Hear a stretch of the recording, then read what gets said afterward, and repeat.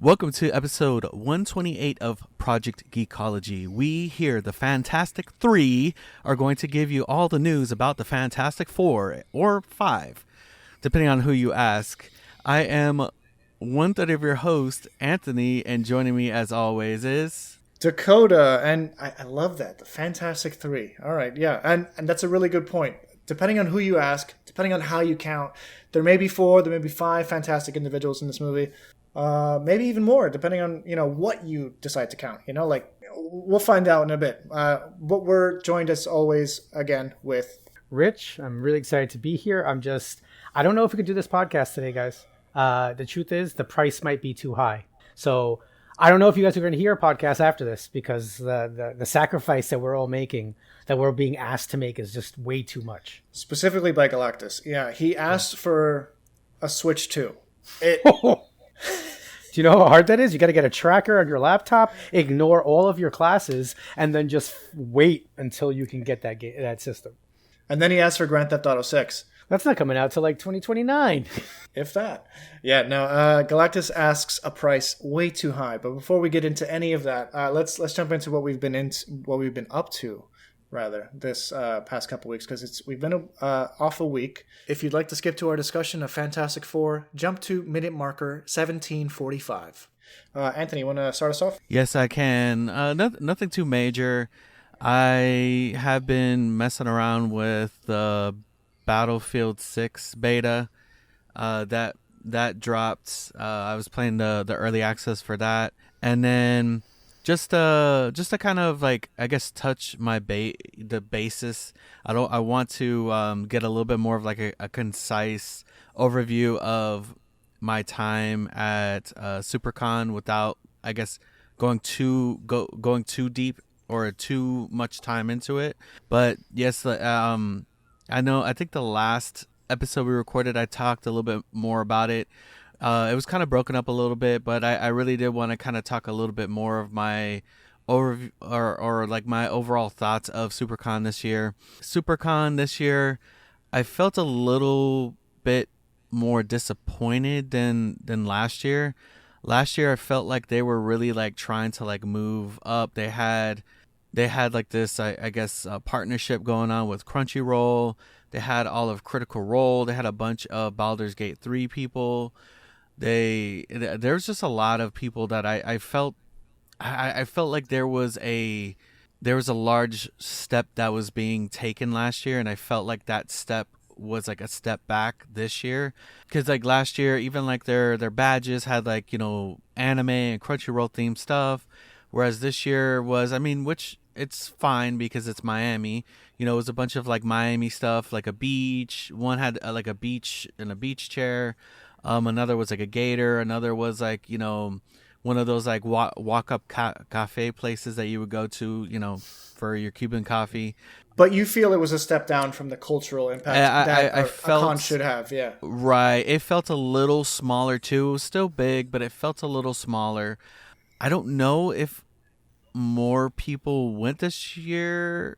I think a lot more people went last year. The traffic was still bad, but for some reason the traffic just didn't seem as bad this year. I was like, man, there's like a lot of people, but like it was noticeable. There was like, to me, a little bit of a noticeable difference. But I had fun. Yeah, I went around, I shopped. I had like the offerings. I already had told you before that your buddy Star Wars Theory was there.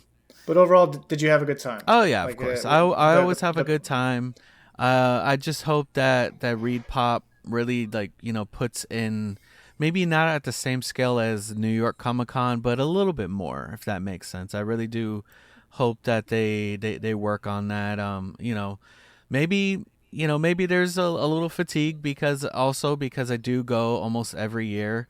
I think I need to find a new con to actually visit, and because each con feels the same, but the offerings are different, and then the people that were there, they had Billy Piper and Christopher Eccleston. 10 years ago I would have cared about that. They had Chris Sabat and Eric Vale. They're like really, they voice in Dragon Ball Z. Chris Sabat does All Might and in My Hero Academia, Eric Vale, Trunks, and then he's also Sanji from One Piece. So I mean, they had some decent people there.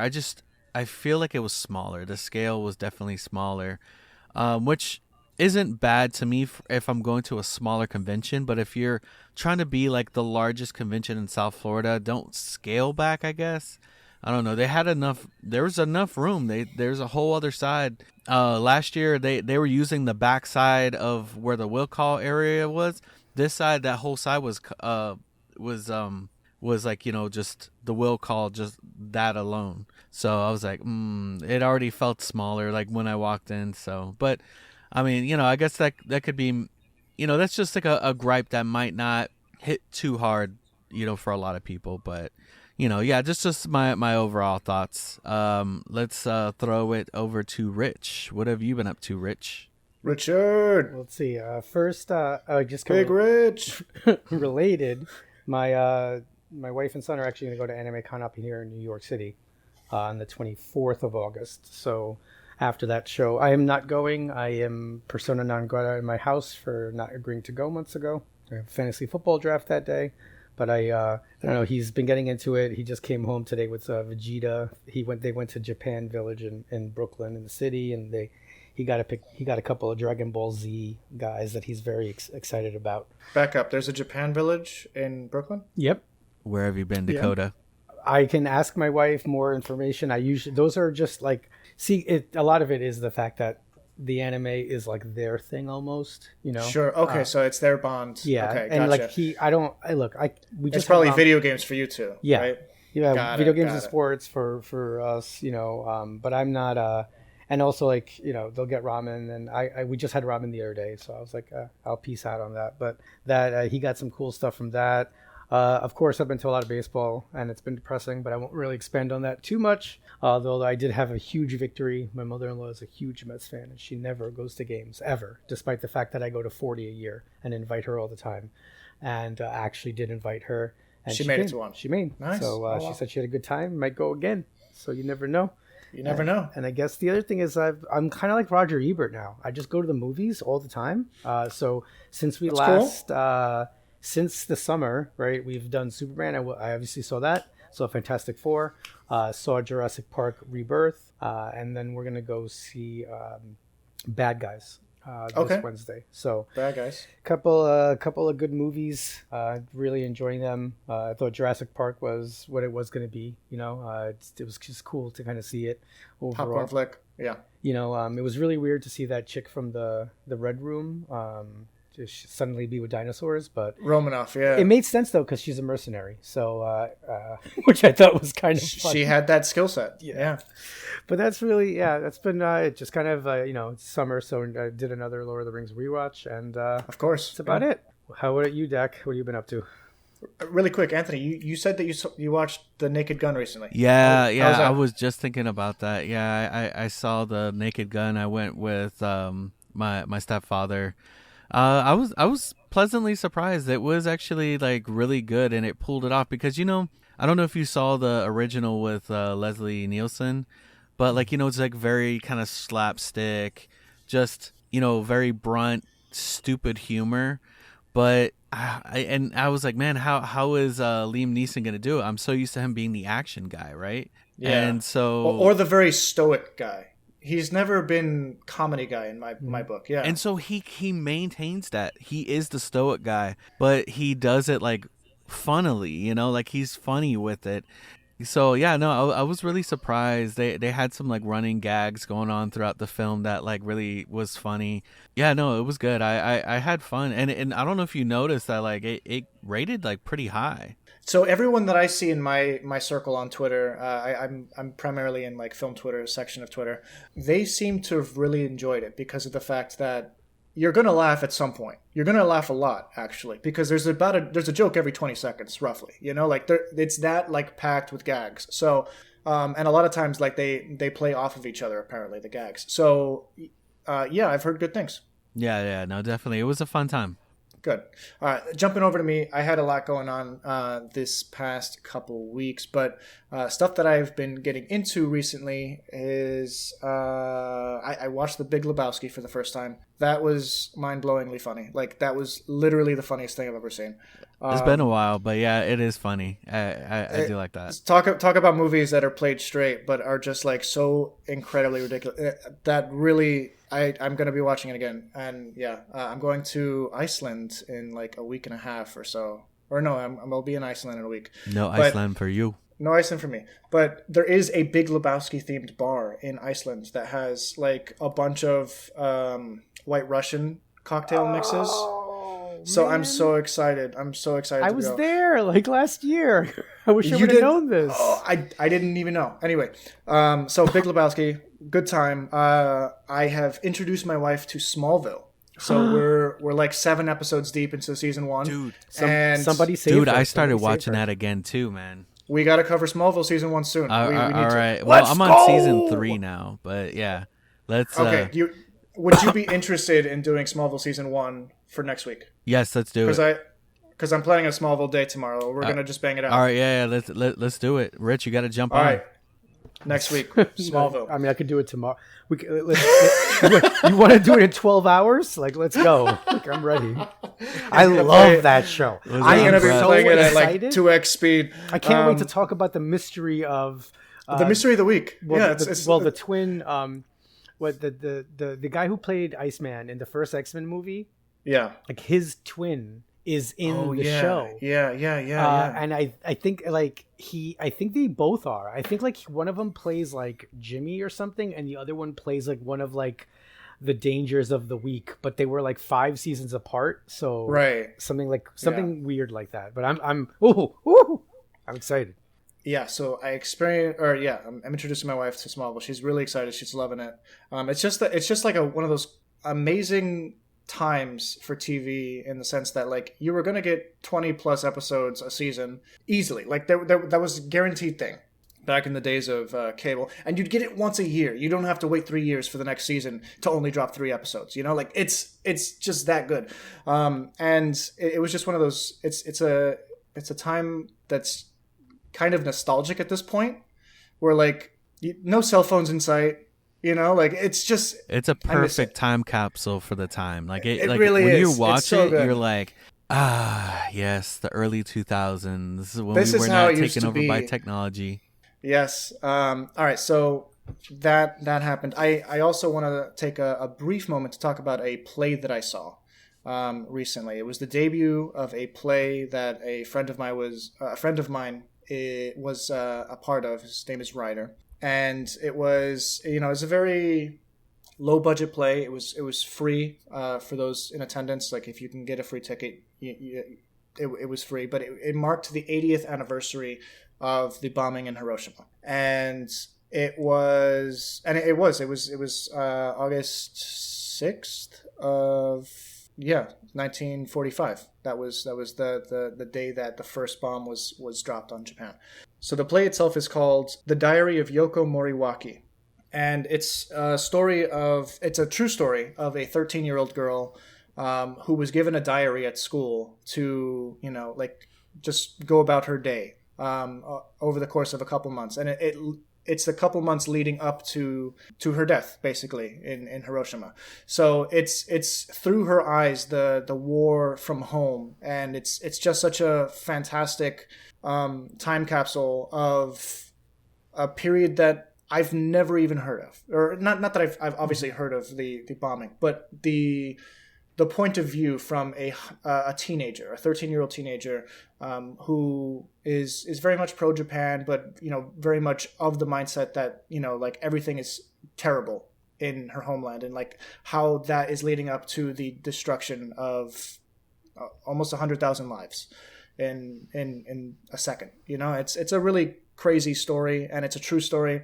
So I was very happy to have witnessed that in a play form, and I hope that play gets picked up for more showings, because it was like, again, it was a free play that was specifically for the 80th anniversary of that bombing, and but it's a story that deserves to be told, and I'm really profoundly moved by the art of it, and being able to translate that for a modern audience in America, you know? So I may seem like I'm currently out of breath right now, and that's because I've been dealing with a lot personally this week.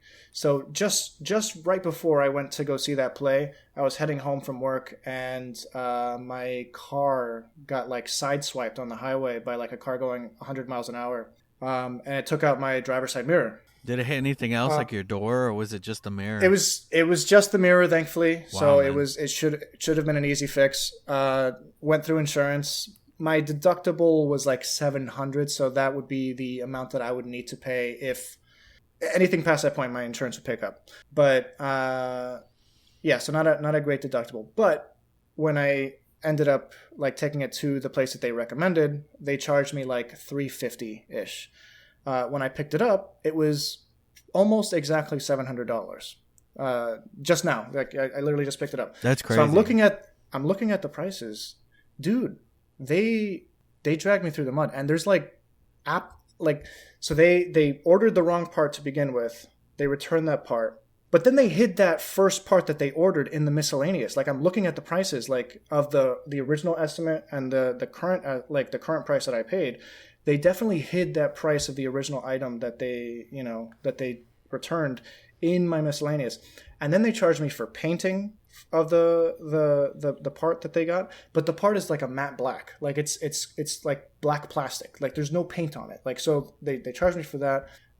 They charged me like quadruple the original price of the mirror. It was like they absolutely scraped me across the floor. So I'm really excited to fight with them on that, because that's crazy. Yeah, no, there was some sort of scamming going on there.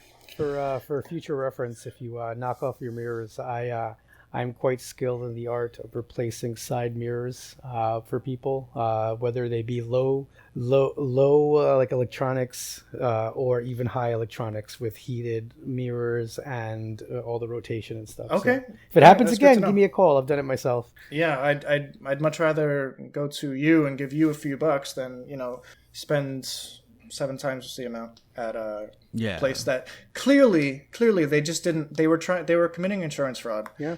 Without reaching the price of the insurance deductible. Like, so any higher, and they would have had to charge the insurance company, and the insurance company would have fought that. They don't expect me to fight that, but I will, because it's clear fraud. And like it's, never patron that place ever again. Yep. Anyway, I'm so sorry. We are rambling, and we have some fantastic stuff to talk about. Like, absolutely, at least four fantastic things to talk about. Maybe 5. Gotta give Anthony, love to Herbie. We actually do. I would have totally. I completely forget about Herbie every single time. What are your guys' initial thoughts on Fantastic Four? So I thought this was, in terms of casting, my wife did point something out, that she thought that the visual difference in age between Reed and Sue threw her off a bit. Like she didn't have a problem with Johnny or Ben Grimm when he was in his human form, but she just felt like that Sue looked a lot younger than Pedro Pascal's Reed. And I have to, I tried to argue like, hey, she could be older, but she, gets her hair done, so she doesn't have any grays showing, unlike Reed does. Or I also tried to explain that Reed kind of went gray a little early. But other than that little gripe, I really enjoyed it. I mean, I thought it was fun. I didn't like Superman. It didn't really insult me by reintroducing every single idea to me. And I think the only thing I really have negative to say about it is that I'm really upset that John Malkovich wasn't in it, that he was cut from the movie. Yeah, so if you watch the trailers for the film, you will notice that John Malkovich has what seems to be a pretty substantial scene. Mm-hmm. Like, it doesn't seem like he's the kind of character that is just in a one-off moment, Like, so I'm curious what the original intent of that was. And it's clear that they cut a lot of things out so that they can get the film under a 2-hour benchmark. But I find that that's a really interesting cut that they made. Anthony, what are your thoughts on Fantastic Four? I thought it was pretty good. It was definitely one of the better Marvel movies that we've seen, in some time. It's the best Fantastic Four movie we've gotten since like the first one years ago. Even the second one of that one was not too good, and then the one that we got, I think, 2014, that one was just a straight travesty. I actually haven't seen it. I've never seen the 2014. Is that the one with like Fantastic Four. the 17-year-old playing Reed? Yes. Okay. Yeah, I didn't. I yeah, have yeah. not. I didn't watch it either. Yeah, that it just that one it was really weird, but it was pretty good. I liked the world. I thought that the world was really cool.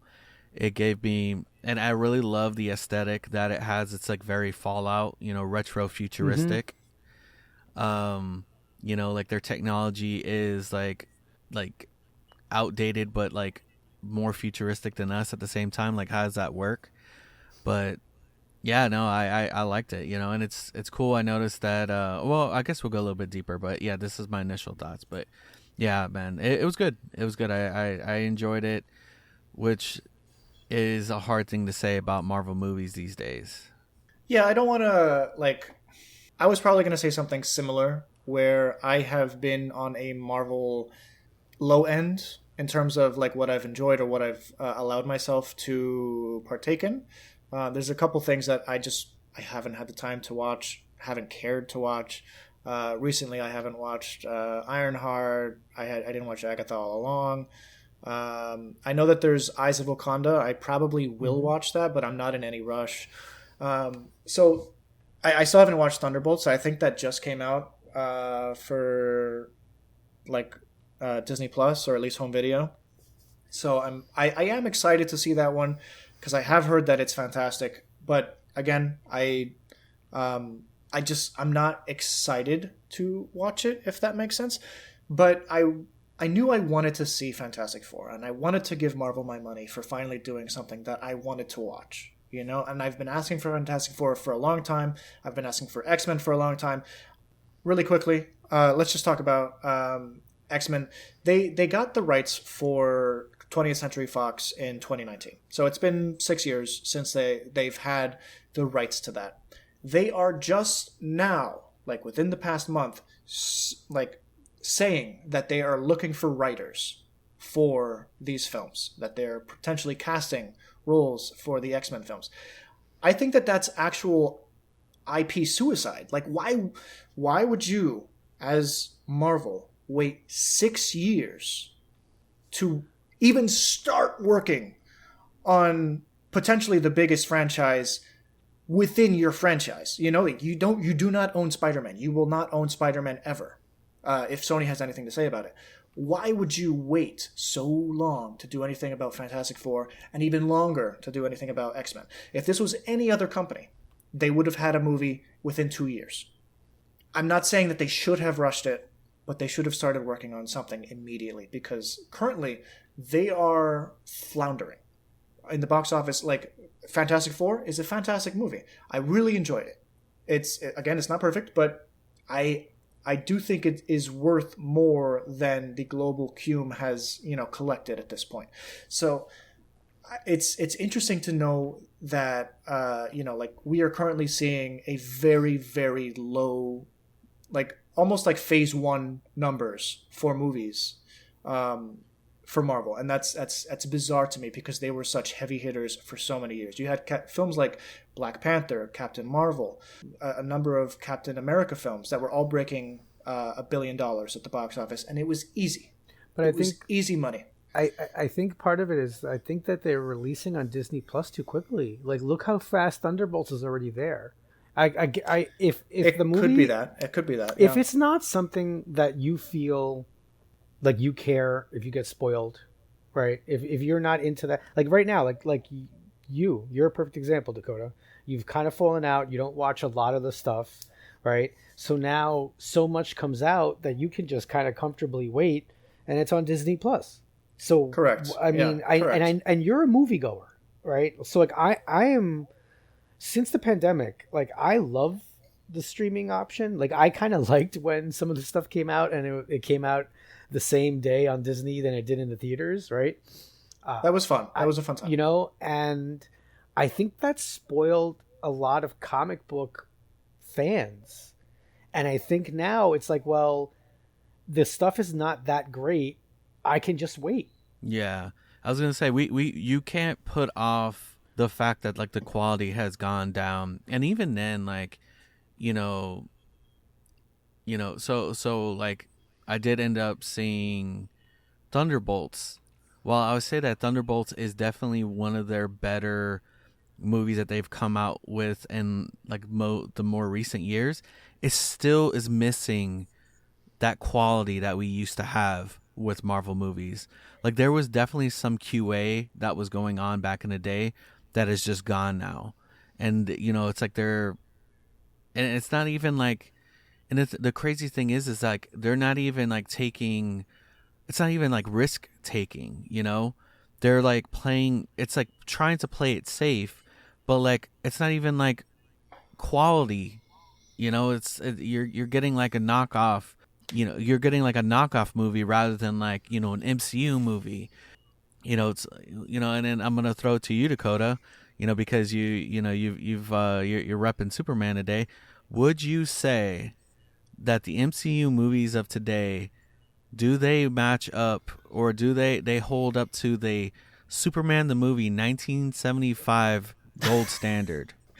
1978. Oh, 1978. Yeah, the gold standard. The reason Anthony says that is because on our Zoom call, I have a Superman the movie background currently. From our previous episode, I haven't changed it. Anthony has a wonderfully appropriate Fantastic Four background for this episode, and Rich has a wonderfully appropriate Battlestar Galactica background. No, we call it Battle. It's actually just the Death Star behind him. Yeah. So anyway, your question is, do they hold up to the standard of the original Superman, or are you being facetious? No, well, I was kind of joking, but I remember what you said, that Feige was saying that about Superman, and then when Superman came out, he was like, oh, well, it's not superhero fatigue because people went out to go see that. And then you said that he would go and show people like this movie, the Superman the movie from 1978, to like show them what quality is. Right. Okay. So let's back up just a hair so I can explain what I said. So according to a couple sources, including the novel The Reign of Marvel Studios, which is a book that came out a couple years ago, which is a fantastic read. I highly recommend The Reign of Marvel Studios to any fan of just movies in general. You don't even have to have watched Marvel Studios films to enjoy it, because it's a history of the studio coming into its shape. But apparently in that book and other interviews, Feige has mentioned that he takes people to watch, specifically directors, when they get cast to join the MCU for a role or whatever. He brings those directors to watch the original Superman movie, and that is basically like his gold standard for the dawn of superheroes, and not to be encumbered by the weight of Marvel Studios, I guess, because that's something that the original superhero or Superman movie does. It's not weighted down by what we expect from a superhero movie, and that's what's so freeing about it. But I cannot say that ever happens in a Marvel movie, past phase one. Every Marvel movie, with the exception of like Guardians of the Galaxy, has felt very much like a Marvel movie.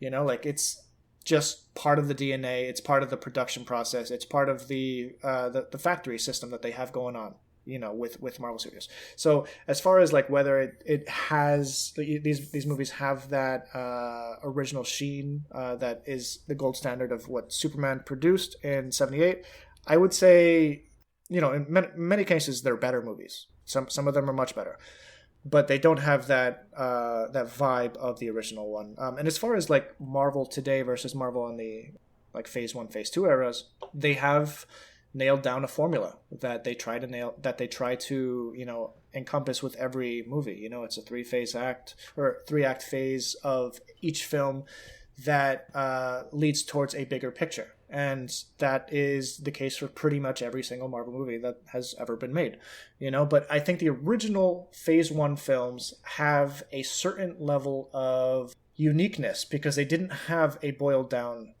formula at that point. So there's a big difference, and you can even feel that formula in Fantastic Four. There's a lot of cut stuff from it, but you can totally 100%, if you did not know that this was a Marvel movie and you watched this movie, but you'd seen other Marvel movies in the past, you would be like, oh, this kind of reminded me of some of the other Marvel movies that I've seen, but in a unique way. And I don't want to denigrate Fantastic Four. It is formulaic. Like that's just part of the baked in structure. If you're gonna bake cookies, you have to go a certain route. You have to crack the eggs at a certain point. You have to add the sugar at a certain point. It's just part of the process for Marvel. Yeah. I do think. But go ahead. I do think that another part of the problem that we don't talk about a lot is the next generation is not reading comic books. Sure. Right. Yeah. Like they're not into when Phase 1 came out, and I'm a couple years older than you guys. But it was like, oh my goodness, this, right? Like, because we never got that. Like we had, sure, yeah, we had Superman, and then I was gone, and we had, we had Michael Keaton Batman for a little bit, right? But we didn't have great Marvel showings like this. So I just think that it caught the right generation at the right time, right? I'm 43, and I would say that very few of my friends outside of you guys that are my age are getting excited about the stuff. It's almost like it's too much, so they feel behind. Like I have friends who love the stuff, but they're like, it's like homework, and I'm behind. Right. I'm a semester behind. You mentioned something. You mentioned that there was a certain level of specialness when they first came out. This was something that hadn't happened before. Oh man, this guy, this producer, he's saying that this is all going to lead to the Avengers. So wait, Thor is going to team up with Captain America and Iron Man? And maybe even the Hulk. Wow. And they're more recognizable too. There's nothing special about going to see a Marvel movie these days, besides like the big team ups. Obviously, those are special, or the finales of certain things, like Guardians of the Galaxy 3. That was a very special movie. It was a fantastic story. It was just well crafted, and it was the end of something, and it's something that we don't experience a lot of in the MCU. And ends are good when it comes to narratives. You need solid endings to things for you to have resolution. And if that ending never comes, you will just drift away from the story over time. And I think that's what a lot of people are experiencing currently. And there's I can keep going with the MCU. We need some competition, man. We need the DCU. We need those movies to keep on kicking it, bro. We need. They did a great job with Superman. Superman, that was good. Hopefully Supergirl solid. I know that they're working on some, castings for other characters, but I feel like I feel that we can trust that Sean Gunn's gonna do some solid stuff, man. I thought his iteration of the Suicide Squad was pretty good, and yeah, man, Superman. So yeah. And if you guys have seen the set photos that are coming out of the Spider-Man brand new day film that are coming out, if you look online and look up Spider-Man photos, it looks phenomenal. That actually looks like it's going to be a really, really good Spider-Man movie because they're filming everything practically. They're filming the swinging through the city practically. It looks amazing. And it actually looks like the actor is swinging from a web. It's actually really, really cool. So I'm not over Marvel. I'm just having a lull period, and I do plan to get back into it, and I'm excited to see Thunderbolts. And getting back to the topic at hand, I really did enjoy my time with Fantastic Four. I was reticent to see it because of my malaise currently, but I immediately rewatched it. I went to go see it a second time. It was just something that really felt new for me, even though there was that formula. Wait a second. It felt new. You said you went to go see it a second time because of the Avatar trailer. Okay. Oh, we gotta take a step back. I did actually, that was something that I was deeply, deeply excited to visit and then revisit, let's talk about that Avatar trailer. I know, Rich, you haven't even seen the movies, right? No. Okay. I know, I have a rough idea, that like scientists were able to basically like inhabit someone of like go into the world and interact with, and there's like a war with an alien life form. Yeah. Yeah. I know like the general strokes, the broad strokes. Okay. It's James Cameron's, like, it's his Star Wars. It's his baby. It's the project that he's wanted to work on since the early '90s, and he's finally capable of doing it because CGI has made its way. And he But anyway, so the trailer for, or the teaser rather, for Fire and Ash, the third Avatar film, has dropped, and it's just mind-blowing visuals. Like, it's just there's going to be so much in that movie that is just I'm so excited about. And this is the wrong podcast to like gush about it, but I did really think it was cool. And apparently they did this everywhere. You watched all the trailers leading up to the movie, then they show the ads for the cinema or whatever it is, and then the lights turn off, and then they show you the Avatar trailer as if like you're starting the movie. So it's actually attached to the picture. And I think that that's just, it was brilliant. And it made that trailer feel like it was part of the ticket price, that was cool. That was really cool. But let's take it back. Let's continue to talk about Fantastic Four. We keep getting sidetracked. And there's so much that is bottled up in the world of Fantastic Four and like the behind the scenes of the movie that it's so easy to get derailed by the discussion of culture as a whole. But I think the movie does deserve to be spoken about, just as is, because I really liked Universe 828.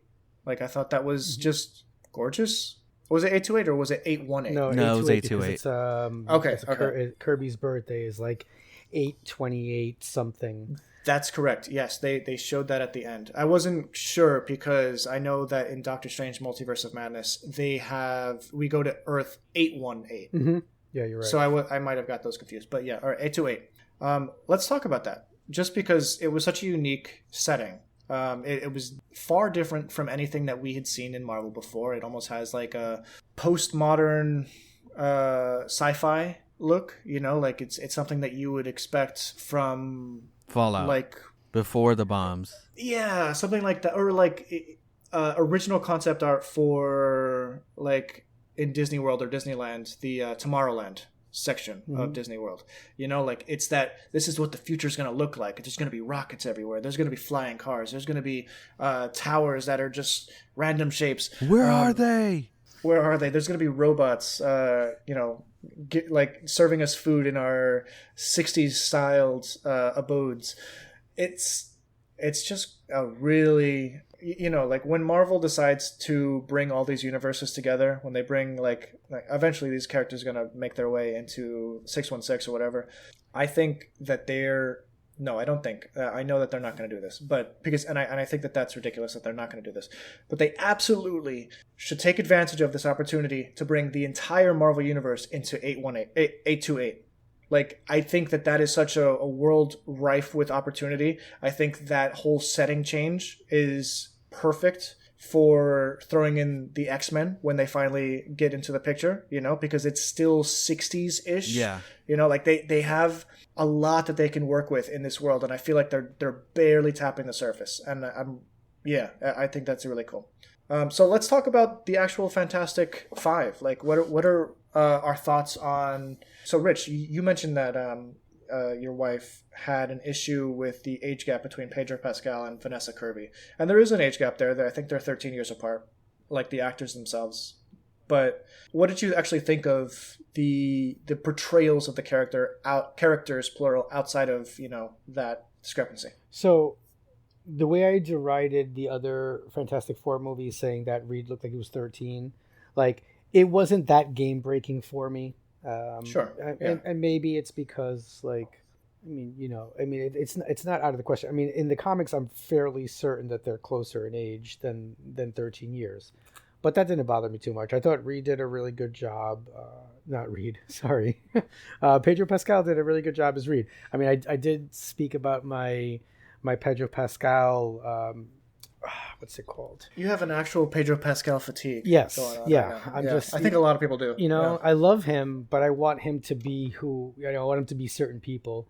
And I guess my thinking is, and it seems like he's signed on, right? Like he's gonna be in 616, Yeah, presumably, right? So presumably, you know, yeah. it's gonna be a while with him, and you know, it's not like these movies are coming out quickly either, you know. So I wonder if that age difference will maybe even be more pronounced looking in a couple of years when they finally come out with another movie.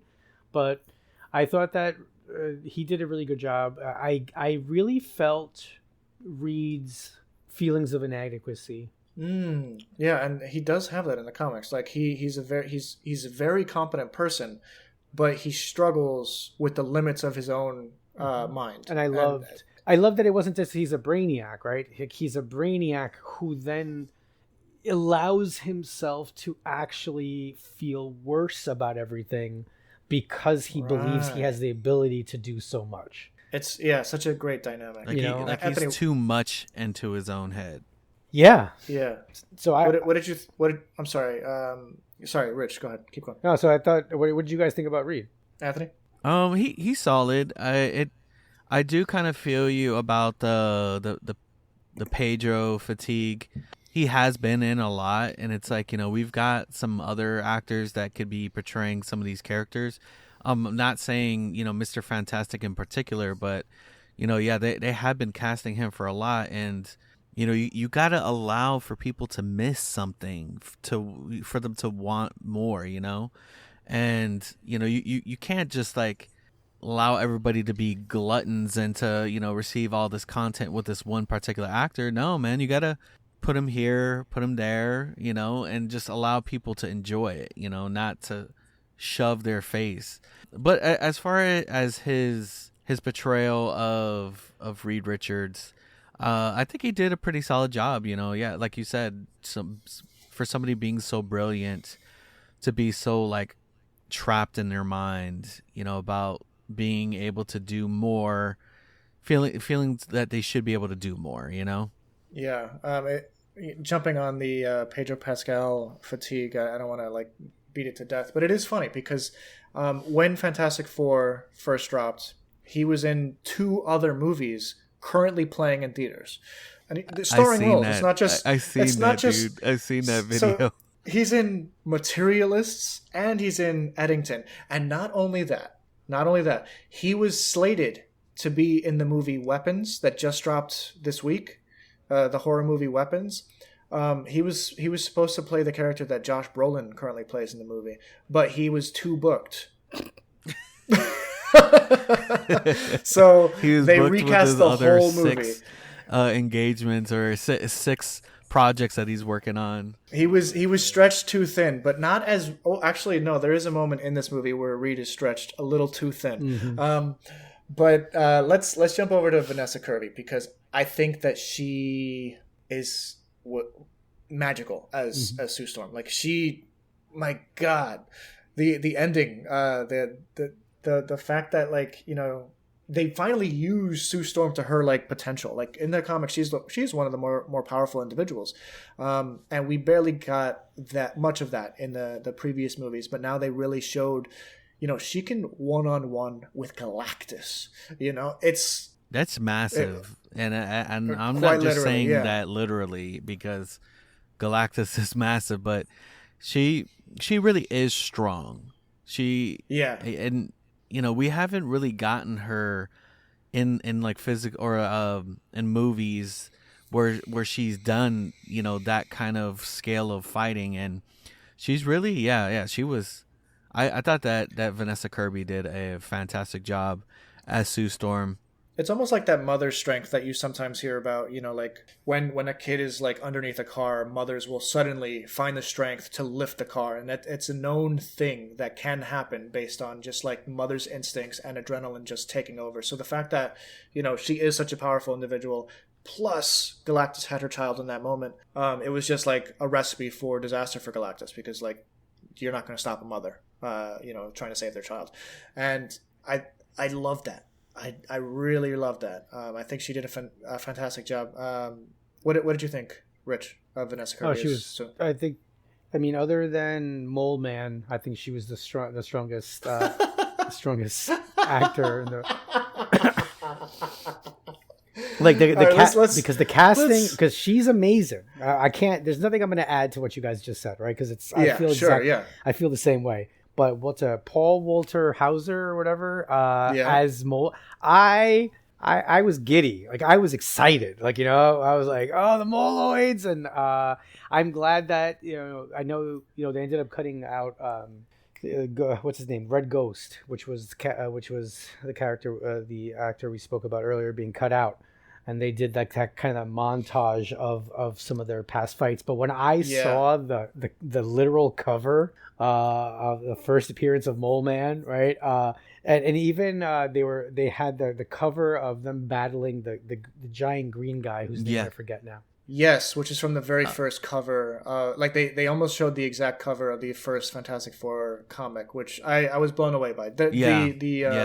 That was some really good Some deep cuts for the fans. yeah, that was solid. Like I did notice that also myself. Oh yeah, so the actor of Mole Man was also in Naked Gun. Oh, is he? Yeah, Okay, he is. he's so funny. He's so funny, man. Nice.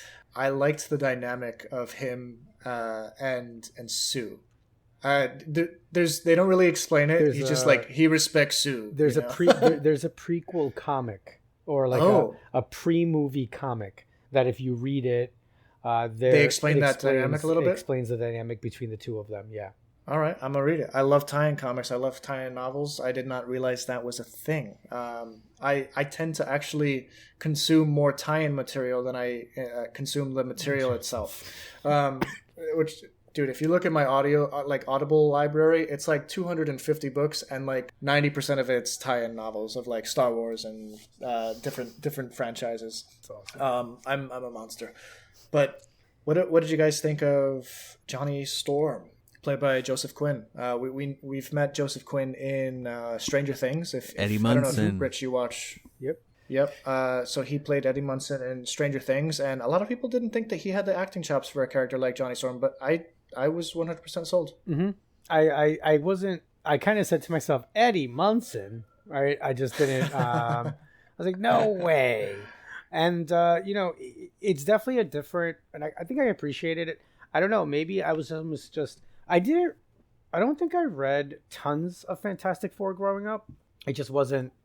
I also think that I may have been a little bit phased out because of the whole Fox, like the FF were kind of phased out a little bit, and like As were X-Men for a bit. Yeah. so that like X-Men was always my jam, so I was never going to let go of them. But when Fantastic Four was no longer widely available, I'll call it, like or being pushed by Marvel as much, I wasn't reading.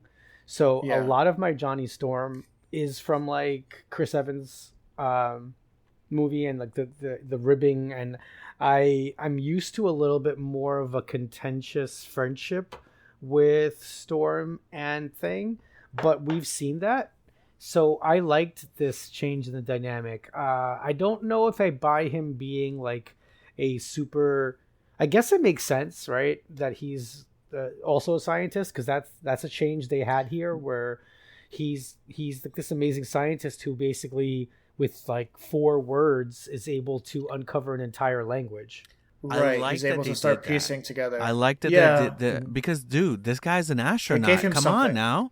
You can't make It him gave him something. You can't make him a meathead. Like he's got to know something. I mean, you have to have somewhat of a brain to like be able to go up to space, So I do like that they did that. And then Katy Perry. sorry, I said Katy Perry out loud. I'm sorry, I didn't mean to say that. And then What? He said you have to be smart to go to space. So I just said Katy Perry. That's my. Yeah, but Okay. that was. Let's keep it going. Yeah.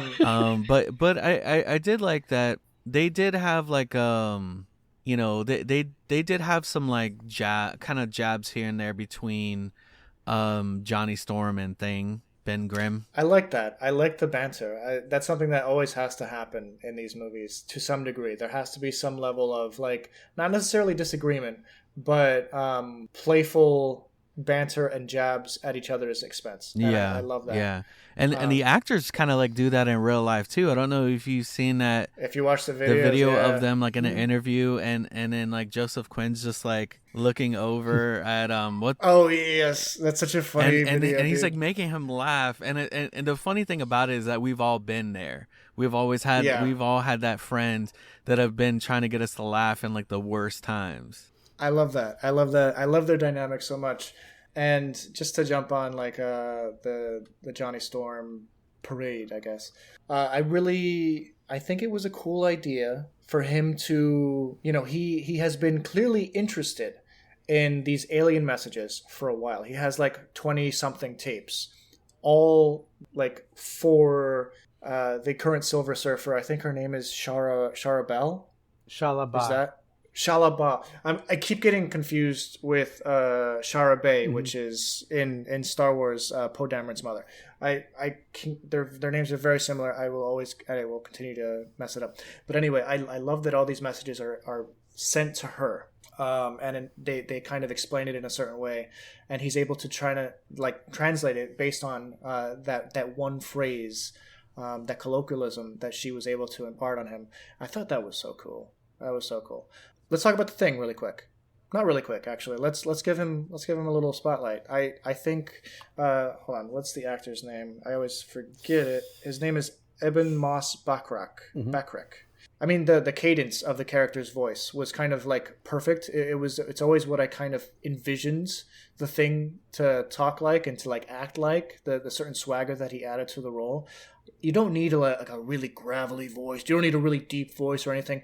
You just need someone who's your best friend, who you play video games with. That's the Thing right there. And I think that he kind of nailed that role. And I want to see more of that, actually. They gave him like that OG kind of look also, like the way that the Thing would look in the comics. Yeah. I really liked. I definitely like the portrayal better this time around, or I mean the way he looks visually, like definitely better than Michael Chiklis's Thing. No hate on Michael Chiklis either. Like I do like that role, but yeah, go ahead. I think he looks better. I think he does. I think he looks better. I think he's portrayed as he reminded me very much of like Raphael from the original Turtles movie in that first Fantastic Four, where he's got to be the angry guy, like the kind of like the one it's almost like he's one dimensional, right? He's angry because he's hurt, like you're talking about Chiklis's character. Yeah. Okay. Yeah. And I feel like they gave him a little bit more nuance here, in one way that hurt me, but I understand why they did it. So I love the clobbering time. I shared this with both of you. I'll share this with the show. I'm also a wrestling fan, and I was watching wrestling, and there's a wrestler whose name is CM Punk. He's in wrestling circles pretty good, and he's a pretty big star. And for his entire career, when he comes out to the ring, he gets on one knee, he taps his wrist, and he goes, and then he yells, "It's clobbering time!" And he's been doing it his whole career, So actually, at an event this past weekend, he came out in his gear, but an homage to the Fantastic Four, and very cool. And it killed me that that apparently in the movie's canon, Ben Grimm never actually says it's clobbering time. It's just from the cartoon show, and he kind of hates it. So that was like, it was funny. But he eventually embraces it for all of its corners. Yeah, because Johnny Storm eggs him on, right? Like that's one of those moments where he like, say it. Yeah. Say it. Yeah, I like that moment. Yeah, no, I really, what I like about this movie is that we get them already in a place where they've existed for a while, they're being celebrated, and now they're in a place where they're about to their lives are about to change because Sue Storm is pregnant. Yeah, that's a good point. It was so nice to see like people not running away from Ben Grimm, like just walking down the street, the Thing. Like they actually, the kids were like, pick up the car, like I thought that was a endearing kind of moment.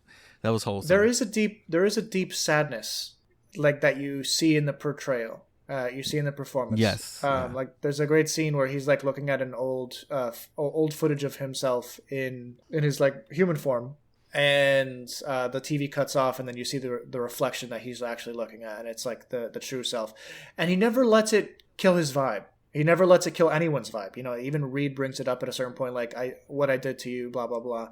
I should have known better. And he never holds Reed accountable for the fact that he turned into a monster. He turned into a thing.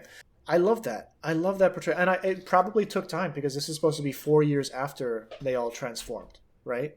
Mm-hmm. So there was probably a period where he was angsty, he was angry, and he was lashing out. But I think he's grown to accept it, and I love that they even brought in his Jewish side. You know, like they didn't go too hard on it, but they showed him enter a synagogue at a very important part of the scene or part of the movie, and it's just like he wasn't there specifically for worship, but he was there to see a woman. But it is just a nice nod to the character's history, and Kirby himself, the original creator.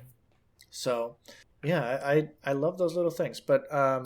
Anthony, you brought up the baby who the trailers barely even cover. Yeah. They barely showcase any of the actual story of what the movie's about, and that's showcased at the very start of the movie. Like we have Reed and Sue.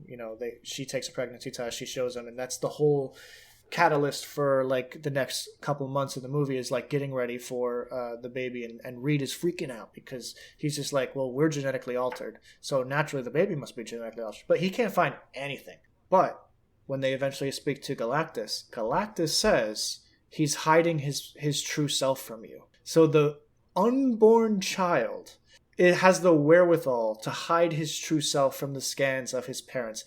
What are your thoughts on this? Or is Galactus just talking out of his butt? Like, is he making stuff up? What are your thoughts? I don't know. I don't think Galactus would be talking out of his butt. Like, why would he care about some like mere child? With all the children in the world, like why would he care about that one child unless there was something spectacular about that child? Enough for him. There's something spectacular, yeah. Enough, cosmic, right. Yeah. Enough for him to be like, if you give me that child, I will not go after your world. That's Galactus saying it. That man is the world destroyer. Okay, so if he's making that, like trying to make that that swap right there, then obviously, yeah, I do think that there was some merit to what Galactus was saying. I don't think he knows. I don't know if he's speaking plainly. Like when he says that Franklin's been hiding it. I don't know. You don't know that it's a conscious effort on Franklin's part. Yeah, I think like he said he's hidden it from you, but that there could be so many reasons why he might think,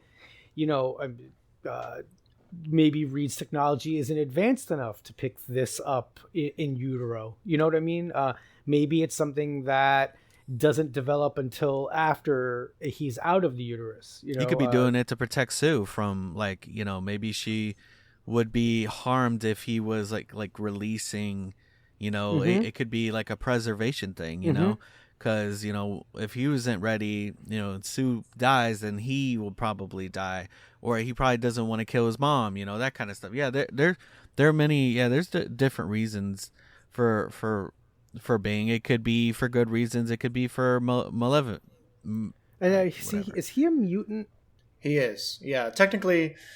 So they go back and forth in the comics whether or not Franklin Reed is a mutant or not. But most people agree that like he has been termed a mutant in a couple times. But is this like? So I hate to say that. So I hate to be this like nerdy about it. So does he have the X gene, or is it simply that the power cosmic mutated his cells, thusly he's a mutant? That's part of the issue is that like you can make the comparison. He's been dubbed a mutant in the comics, but is that because his parents have genetic mutation that has already altered them, or does he have the X gene on top of that? And we don't really have a solid answer. Well, that's the issue. We kind of have like a similar dilemma with but we know she has like the X gene. Jean Grey, but then she has that cosmic force that comes down, the Right. Phoenix Force, The yeah, Phoenix right. Force. Yeah. So I mean, yeah, there could be some sort of X gene that's present in Franklin, They but that doesn't exclude the fact that he also has cosmic abilities too. You know. according to Talk to me, Rich. Google Yeah. A1. I'm sorry, that's what Google A1. our Secretary of Education calls it. AI. The response is no. Franklin does not canonically possess the X gene, despite a period where it was believed he did. Initially, it was thought that Franklin's reality warping power stemmed from him having the X gene, but this was later retconned.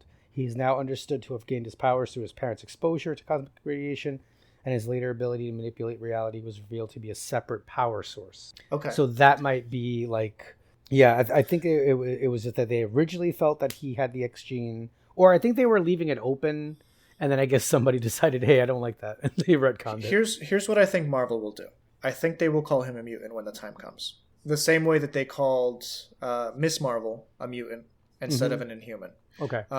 To go back to what you were saying, Rich, there was a period of time in the comics publishing world where Marvel Comics was not actively pushing the X-Men, and he definitely wasn't.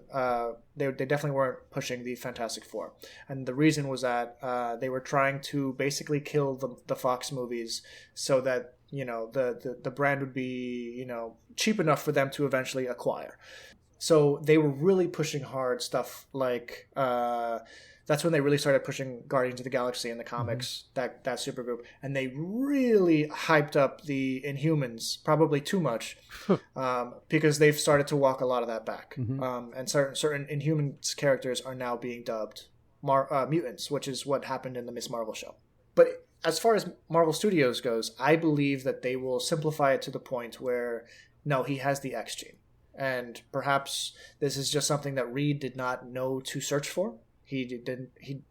His system just could not calibrate it because it didn't exist. It wasn't oh, that's a great point. Idea. Yeah, I could see that being a thing. Yeah. But on the other hand, you definitely have Galactus suggesting that it's the power cosmic, which is a much older, much more powerful force in the universe than the X gene would naturally be. So it could be that Reed didn't know what the power cosmic was. And I think he does like research it later because he starts writing it on his chalkboard and all that. Yeah, so there's a bunch of potentiality there, but let's jump over to let's keep talking about Franklin because we actually do have him use his powers at a certain point. He alters reality to a degree that is pretty OP. We have Sue Storm who stops Galactus, but oh, I've been calling him Franklin Reed. That's my mistake. It's Franklin Richards. I apologize. So Reed Richards tells Sue that she's going to die if she keeps this up because it's too much power for her to maintain, and she does. She actually dies after pushing Galactus into that wormhole. What did you guys think of the resurrection that Franklin Richards exhibits? It looked like it was set up to happen. Like you knew something was going to happen, especially if they were kind of building up for this baby to have some sort of ability. I feel like there was going to be some sort of display of that, and that's what we got. Yeah, I think the only I mean I kind of saw it coming. I think as Anthony said there, it seemed like it was set up for that, and none of them dying in this movie could have been real, right? Like I mean, I know Sue's death is technically real because she did die, and then reality is bent. But what I mean is, that in the larger scope of things, there ain't no way one of them was going to die. So exactly. I hate that in a way because that moment could have been. I'm a parent, like the idea that like if something happens to me, that Charlie could will me back to life because he loves me that much is unbelievable. But it didn't hit me as hard. A complaint that my wife had was that she wished that Franklin had like the power cosmic, like at least a little bit in his hands. Like his hand got a little blue when he touched his mom, instead of it just being that he touched her and then her eyes went blue. Because it didn't seem like he was You know what I'm saying? Like usually when somebody's wielding something like this, Yeah. there is a physical indication, whether it be his own eyes turning blue and going blank or something, his hand having a little bit of the power cosmic. That's the So biggest I think thing, actually, like if you rewatch it, there is a slight purple glow underneath his hands, There is. like where her chest is. Yeah, Okay. that does pop up. And I thought I saw it the first time, and I definitely saw it the second time. You did. So it is Okay. there. It's just very, very subtle. Okay. All right. So I only saw it once and I definitely, Yeah. that's, so I guess I just wanted to, and when she said it, I thought back to it and I was like, I don't remember something Yeah. like super overt, like when Jean Grey becomes inhabited by the Phoenix Force, you see, kind of like that transformation a little bit. But that's really I guess that's my biggest gripe, because there's no way for them to do that moment and have anybody. I don't think I can't imagine anybody in any of the theaters is like, oh my goodness, Sue's really dead, right? Like that. I don't think it. I don't know if it would have hit anyone that way. I mean, my wife will cry at a Folgers commercial, and Same. Yeah. she definitely gets attached, and she didn't. I think they also spoiled that with the fact that like when they were showing, what was it, like all those seats for, what was it, Secret Wars or was it Doomsday? Doomsday. It showed her name. Her name. Yeah, her name so is in there. Like, all the if you Fantastic think Four are back sitting on right it. next to each other. Yeah, in the moment I didn't think about that, but after the fact, like, oh yeah, that was clearly like. Well, yeah. I just didn't think that like it was a real death in that moment. Like I didn't feel like there was any. Again, it would be IP suicide. Like you can no longer call it the Fantastic It's Four. like no, actually, technically they could, just move Franklin in. Yeah. Well, Franklin, we don't know his fate after this movie. True, but, true. Some interesting stuff happens. We'll talk about that in a little bit. The coolest scene, I think, one of the coolest scenes I've seen in a Marvel movie, a superhero movie in general, was Shia LaBeouf surfing the waves of the Event Horizon. Mm-hmm. Dude, first of all, to actually see a Silver Surfer surfing, gorgeous. Not only were they surfing that, they were surfing through warp speed. They were going FTL. They're faster than light. Mm-hmm. And she was surfing those waves behind. Dude, I was. No, yeah. That was such a crazy scene. Like, you had all that going on, and then you had Sue Richards who was going through birth, and like there's just so much going on in that moment, and it was nuts. Just like nuts. Yeah, it was nuts. I thought that was actually really cool too. Is that the setting of this movie is like a futuristic 60s, and they have interplanetary travel. They can actually go. They went over to Galactus, which like that scene was really crazy too. Like when you saw him like get up, or like no, he didn't even get up. Like he just like kind of sat there, but he was massive, dude. That was like my mom. But then when he did actually stand up in when he got to Earth.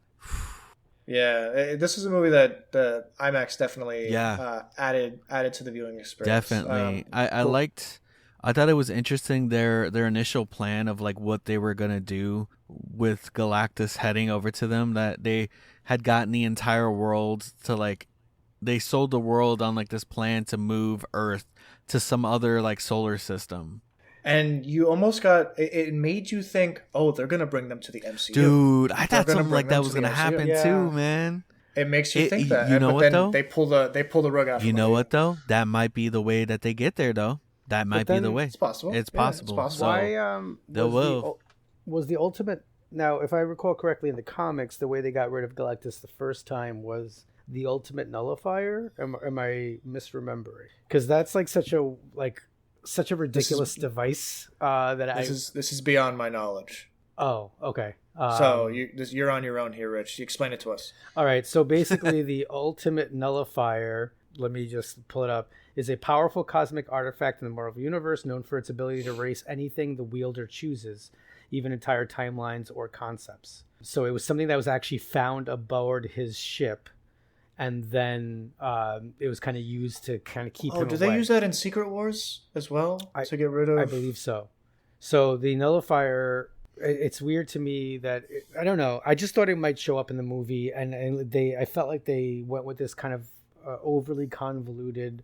I mean, it was, look, I liked the idea that obviously this is a different world and everybody's pitching in, and that was kind of cool. Before I forget, the surfers surfing. I don't know if you guys read the Don Slott run. So in it, his board actually has a name. So like one day he's hanging out with this Earth lady, and he ends up taking her out. Like the whole series, the whole run is like him traveling the stars with her. And she's like, "What's your board's name?" And like when she had heard him say, "To me, my board," so she's like, "Is his name To Me?" And that just ends up being his name is To Me, because like she overheard him say, "To me, my board," like, and I just thought it was such a nice because they end up anthropomorphizing the board. The board becomes kind of like a character. He's kind of got like a little bit of a personality. Right. They actually Johnny has this like inner monologue throughout a portion of the movie that he's only speaking to himself, where he's trying to figure out if the board is part of her body or not, and he like finally gets the aha moment. They're not. They're separate. So I kind of want to. I mean, obviously that's not. They didn't have the time for that there, but I thought that was great. I thought the Galactus stuff was great. When he rose, Anthony was saying before, is like it reminded me of like walking in past curfew and the lights are off, and my mom like, "Do you know what time?" And you're like, "Oh my goodness, I didn't even know you were there." So that I've been here the whole time. I love that. I think that on like the villain side or whatever, they did a really good job. I think there does need to be more exploration. Like Silver Surfer is a guy or a character for me that's a guy or a character who should have like a mini series. It's such an interesting story. I don't need a movie. I'm not going to go to the movies just to go see Silver Surfer or a special. Yeah, like an hour-long special. Like I think that would be perfect. Like they did with the Guardians of Holiday special. I think they're doing that for or like they did Werewolf by Night. That would be another one of those like specials. I think they're doing a Punisher special as well, if I remember correctly. Yeah, let's round this out by talking about the post-credit scene, because I think it is a mid-credit scene. I think it's a pretty notable setup for what we're going to be experiencing in the two-part Doomsday / Secret Wars event that Marvel is leading up to. And it actually did get me excited because it started getting the juices flowing in my head, like, oh, so that's what they're doing. What were your thoughts? Go ahead. I just want to ask you, this is such a minor quibble. The mid scene got you excited, right? So now when you waited to the last one, were you slightly irritated? Because I feel like if they would have flipped them and given us the cartoon as the mid scene, I would have been like, oh, that's cool. And then I would have seen the last one and been like, oh, snap. Instead, I was like, oh, snap. And then I was like, I waited around another 6 minutes for this. All right. So for to Marvel's credit, pretty much ever since that was me. Thank you. Pretty much ever since Avengers in 2012, they've been doing the dumb scenes at the very end. Like that's when they entered like the shawarma shop and they're all just like eating shawarma around a table, and it's I love that scene. But it's stupid, like you're waiting around for like what else are they what they got planned, and it's just them eating food. So they mention it in the movie, though. They mention it. In the movie. They do, yeah. So it was kind of relevant, But no, this one, I don't know. I don't know if you could stack this one to. I mean, it was a cute little cartoony thing, but I do feel like the placement would have been better if it was swapped. I agree with Rich I gotta look up. So no, I actually disagree with both of you. I do think that they need the bigger reveal shortly after the credits, or after like the mid portion of the credits. And the reason they do that is because you're still in the movie vibe. You're still feeling the energy of the movie. If they cut you with a cartoon, a lot of people are going to leave. They're not going to see what you want them to see.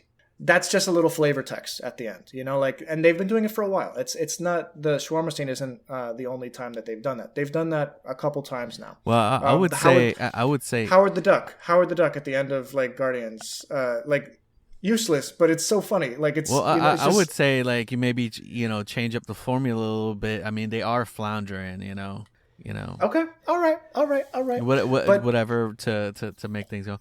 But what did you guys think of what they showed? Because some people are theorizing that that's actually a scene from Avengers Doomsday. I mean, it could be because, Yeah. if Doom has, in the comics, I'm pretty sure Doom basically kind of either invented the same form of travel that Reed did, the time platform thing. So if that's what he's using, it makes, you can play with it in any which way you want. Okay.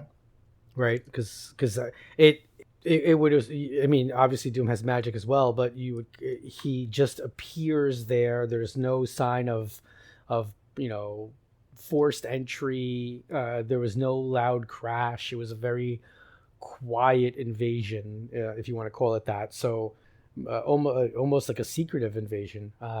So it actually was, I just looked it up. That was Robert Downey Jr. in that costume. So I have to assume that they wouldn't have, paid him millions upon millions to, film a scene for this movie, and that it is a scene from another movie. I think it is probably filmed for Doomsday, and they used it in this movie just because it totally works. But I think the scene is very important, like extremely important for the future of Marvel Studios, because if you think about, or if you know Franklin Richards, and you know his power set, Franklin Richards creates universes. Like he's able to create universes, and in some cases multiverses. Like he's literally, he makes little pocket dimensions that can be blown up into actual worlds. Like he's like, if he was equated to a mutant, he would be above Omega level mutant. It's just, there's nothing quite like it in Marvel in terms of reality warping. So I think that this is how they create Battleworld in Secret Wars when they eventually get there. So Battleworld, for those of you who don't know, is basically Doom. It's not always Doom, but they have Doom in these comics. But I think that they're going to use Doom as like the main antagonist here, but he isn't the main antagonist in those comics. But basically, like, they create this battle world scenario where they bring different characters from different worlds to duke it out, and then they realize, oh wait, we're mostly all on the same side, and they find a way to get out of this battle world scenario. And I think Doom is going to use Franklin Richards to not only traverse the multiverse, but to create Battleworld and basically bring all of these disparate heroes from the X-Men universe, from 828, from 616. I think they're all just going to come using the power of this 4-year-old kid. So I think that could be a really cool connective tissue thing that they're doing. Yeah, because they use the molecule. I think Doom steals the powers of the Beyonders, and then it's the Beyonders. That's correct. And then using Molecule Man, right? Like he's an important part of it because I think he's like in every universe or something. So that'll definitely be a workaround here. I hope it. Did you guys play Lego Marvel Superheroes 2? No. So they kind of do the battle world, but here what they do is like it's a slice of every reality, right?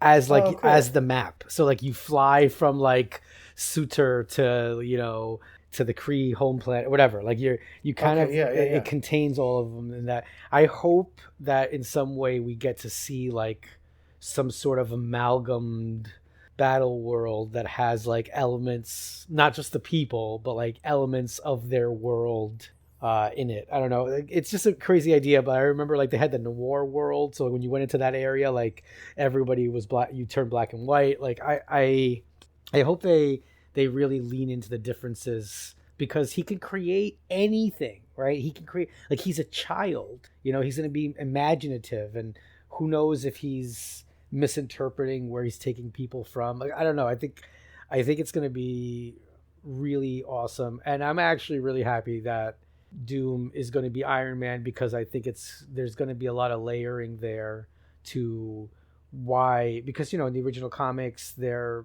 like college roommates, aren't they? Reed Richards and Doctor Doom. Yeah, Like, I think they a are lot in of the what comics, makes yeah. Doom, right, is his like desire almost to, it's two things. He wants to be better than Reed Richards, and he wants to save his mom's soul from Mephisto, right? Yes, that's correct. So I'm also interested to see if we're going to see Mephisto come into play. Because he was Yeah, he's an Ironheart. in Ironheart, so they're bringing all these plot threads together. So it'll be interesting. I think we should bring our podcast to a close, even though I feel like we can keep talking about the minutia about this movie. But Yes. final thoughts, Anthony. What are your thoughts on Fantastic Four now that we've regurgitated our opinions for an hour?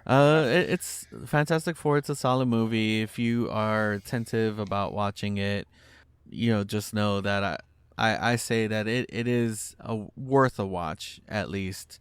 The visuals are really cool, so it is one of those movies that it is good to see on a large screen. But I had a good time. I concur. I don't normally, sometimes Jack Sparrow brings me some things that I get to watch. But aside from that, like, this is one of those times where I gotta agree here. You gotta go to the movies for this. I go to your Wednesday matinee. That's $5 or something. But I look, it's summertime. It's hot outside. I mean, if you like popcorn and you like not sweating and you like fun movies, I don't see how you can miss with this one. I can't picture anyone going to this unless you know nothing about the Fantastic Four at all. And honestly, my wife knows, other than the fact that they're a family, she knows very little of it, and she enjoyed it. I think anyone can really go and enjoy this movie. Yeah, I think there's very little baggage when it comes to the MCU when it comes to this movie, because it takes place in an entirely different world. There's no other heroes that we know of on this world that we've seen before. Entirely new villains, entirely new concepts, and I would say an entirely new story. Like the idea of the child being the thing that they're trying to protect, but they're also trying to protect the world. It's a really fascinating take on the Incredibles. Like it's basically the Incredibles. If you like the Incredibles, it's exactly the same formula, like to a T. And I know Incredibles was based off of Fantastic Four, but even like the montage, the use of Mole Man as a character, instead of what do they call him in Incredibles at the end? The Undertaker or something. Yeah. Jack being a foil for Franklin Richards, like being the most popular, or not popular, powerful of the five family members. It's funny. It's a nice comparison. So if you like stuff like Incredibles, which actually has a very similar visual feel as well, because it's almost that mid-century modern look that we get all over Fantastic Four, but without. Yeah, I'm going crazy here, but let's dial it back. Fantastic Four, good movie, top 5 MCU movie. I feel like I've been saying top 5 MCU movie for a while. It's almost as if I don't actually mean it, but I really did enjoy this one. And yeah, guys, definitely give it a watch. Thank you so much for listening to us here for our 128th episode of Project Geekology. If you want to check out any of our socials, be sure to check down into the show notes for all of that and more. I made a recent video on YouTube, guys, about the timeline of the latest Superman movie. Some people like the video. It's gotten some decent numbers. I find a really cool Easter egg in it, and I hope you check it out. We'll leave that in the show notes also. And for now, toodaloo, guys. Somebody save me. Tune in to next week, or no? Well, yeah. Tune in to next week for our episode on Little Town. Rich is dying laughing.